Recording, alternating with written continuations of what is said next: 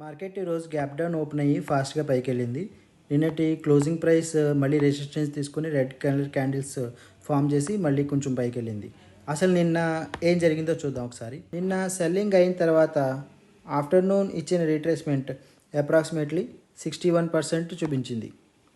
So నిన్న ఎవరైతే ఈ సెల్లింగ్ చూసి ఇక్కడ సెల్లర్స్ ఎంటర్ అయి ఉంటారో, ఈ బ్రేక్ డౌన్ దగ్గర మళ్ళీ సెల్లర్స్ ఎవరైతే ఎంటర్ అయి ఉంటారో వాళ్ళ స్టాప్ లాస్లు అయితే రిమూవ్ అయిపోయి ఉంటాయి. కాబట్టి పైన రిటైల్ సెల్లర్స్ యొక్క స్టాప్ లాస్లు లేవు. ఈరోజు మార్కెట్ గ్యాప్ డౌన్ కూడా ఓపెన్ అయింది. ముందు బయ్యర్స్ని ఇన్వైట్ చేసి ఆ తర్వాత సెల్లింగ్లోకి వెళ్ళిపోతుంది అని నేను సెల్లింగ్ చేద్దామని కూర్చున్నా. ఇప్పుడు ఏదైతే నిన్నటి రెసిస్టెన్స్ ఉందో ఇక్కడికే మళ్ళీ మార్కెట్ ఒకసారి వచ్చి ఇలా కన్సాలిడేషన్ అవుతుంటే మార్కెట్ ఏమైనా బ్రేక్అవుట్ ఇస్తుందేమో, బ్రేక్అవుట్ ఇచ్చిన తర్వాత మనం ట్రేడ్ తీసుకుందామని. ఇంకా పైన అయితే స్టాప్ లాస్లు లేవు కదా, రిటైలర్ స్టాప్ లాస్లు. మార్కెట్ పైకి వెళ్ళడానికి కొంచెం కష్టం. ఇంకో విషయం ఏంటంటే ఇక్కడ ఆల్రెడీ రెసిస్టెన్స్ 3-4 సార్లు రెసిస్టెన్స్ తీసుకుంటుంది.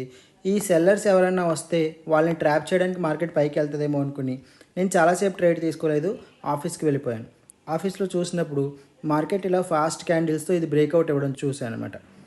ఇది చూసిన తర్వాత ఈ బ్రేక్అవుట్ చూసి రిటైల్ బయ్యర్స్ ఫోమోలో ఇక్కడ బై చేసి ఉంటారు. ఆ తర్వాత వెంటనే ఒక రెడ్ క్యాండిల్ చూసి నేను ఈ రెడ్ క్యాండిల్ క్రాస్ అవుతున్నప్పుడు మార్కెట్లో పుట్ తీసుకోవడం జరిగింది. ఆ తర్వాత ఇక్కడ నా టార్గెట్ హిట్ అయ్యింది.